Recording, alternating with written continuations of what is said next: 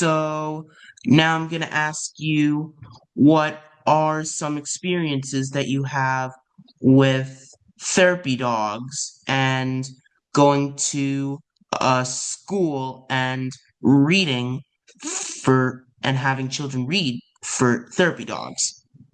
Yes, so actually, you would be surprised, but children don't read to my therapy dog. We're doing something different. So, majority of therapy dog activities is like that. You come with your therapy dog, and the child will read to the dog, and that's really cool, and it's really very beneficial. But we've been doing something different with my dog, and we've been doing a lot of activities. So we would have to talk about it for a long time. But most of the time, I would just walk around the classroom with my dog. And as children learn, whatever subject it is that they're learning, I would just stop and the child would just pet my dog, maybe talk to my dog a little bit, and then we just keep going. And then another child has a chance to interact with my dog. In that way, in a classroom of like 20 or 20 something kids, everybody has a chance several times throughout the period to interact with my dog, which is cool.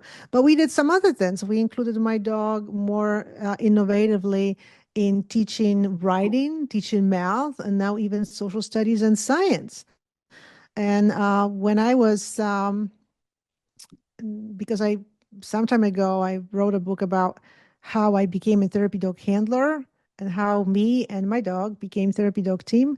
And I was reading that book to children, and they got very interested in like writing books, publishing. They asked me like, "Wow, you published this book. How difficult it is?"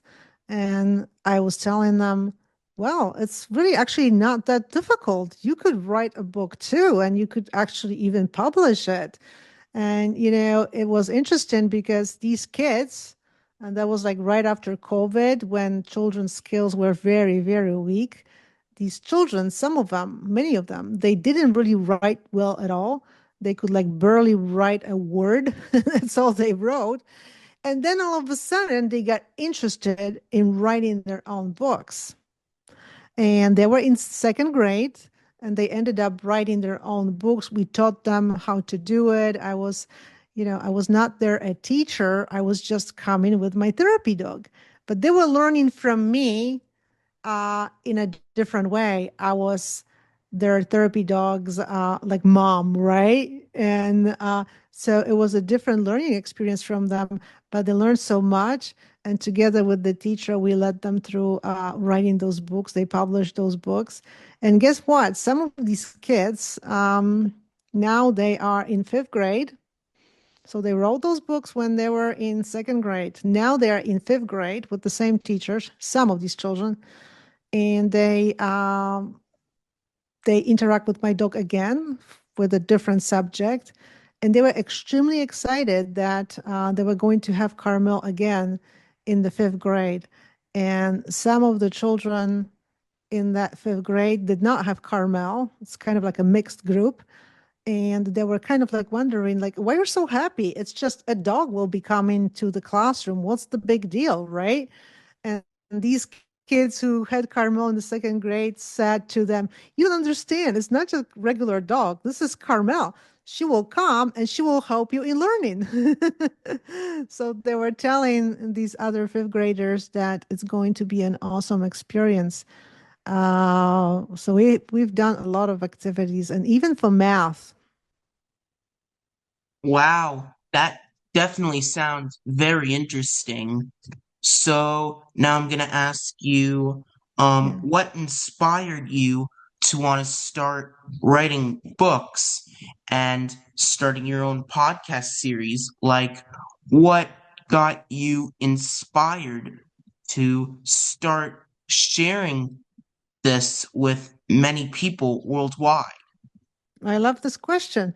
It's a question that I often ask myself.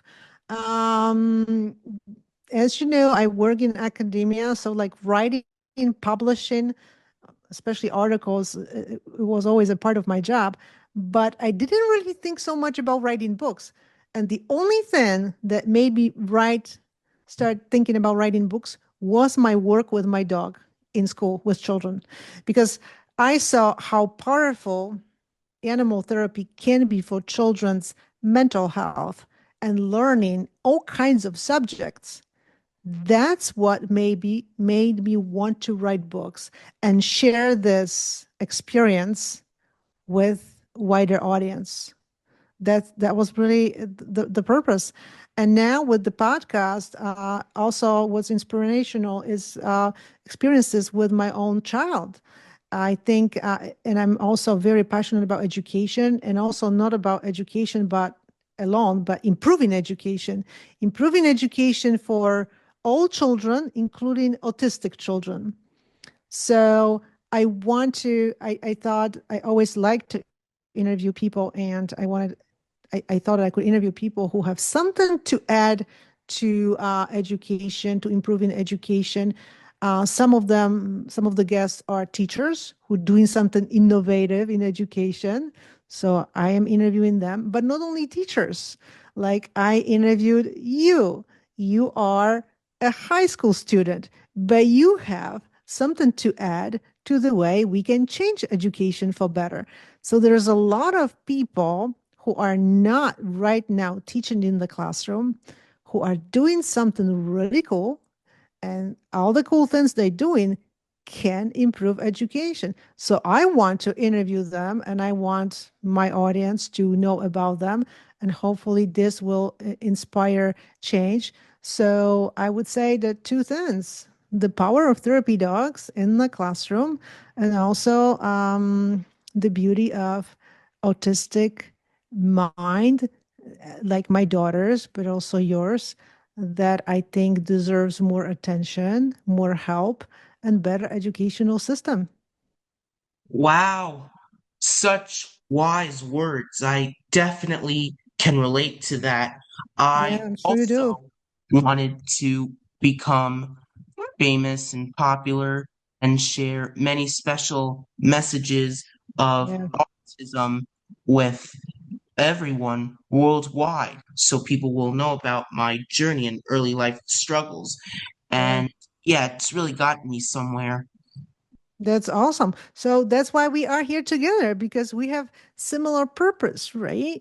And my idea with the therapy dogs and my child's autism, these are kind of separate things, but they're not because I can tell that when I go with my dog to the classroom and I see children's reaction and I see how their faces change when they see the dog. And it doesn't matter. It can be a child with anxiety, it can be a child with autism, it can be a child with attention deficit or any other condition.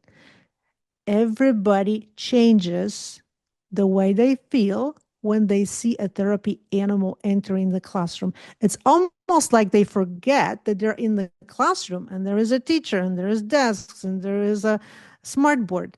It changes the therapy dog, changes the environment, and the environment makes a big difference as far as how you feel as a kid in the classroom, right? Yeah, exactly. I definitely feel the same way right now, especially when I'm in the classroom with Mhm. many other people and a teacher. I actually kind of forget I'm there sometimes. Yeah. It feels like another environment to me.